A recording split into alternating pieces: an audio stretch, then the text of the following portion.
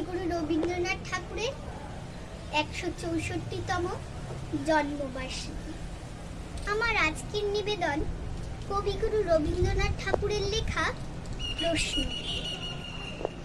মাগো, আমায় ছুটি দিতে বল, সকাল থেকে পড়েছি যে মেলা। এখন আমি তোমার ঘরে বসে করব শুধু পড়া পড়া খেলা। তুমি বলছো দুপুর এখন সবে, না হয় যেন সত্যি হলো তাই। একদিনও কি দুপুর বেলা হলে বিকেল হলো মনে করতে নাই? আমিও তো বেশ ভাবতে পারি মনে। সূর্য ডুবে গেছে মাঠের শেষে, বাগদি বুড়ি চুবড়ি ভরে নিয়ে শাক তুলেছে পুকুর ধারে এসে।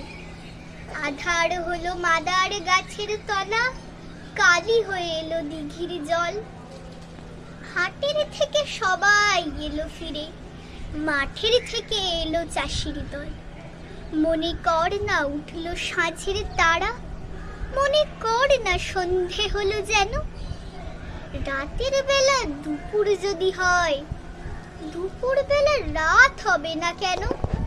নমস্কার।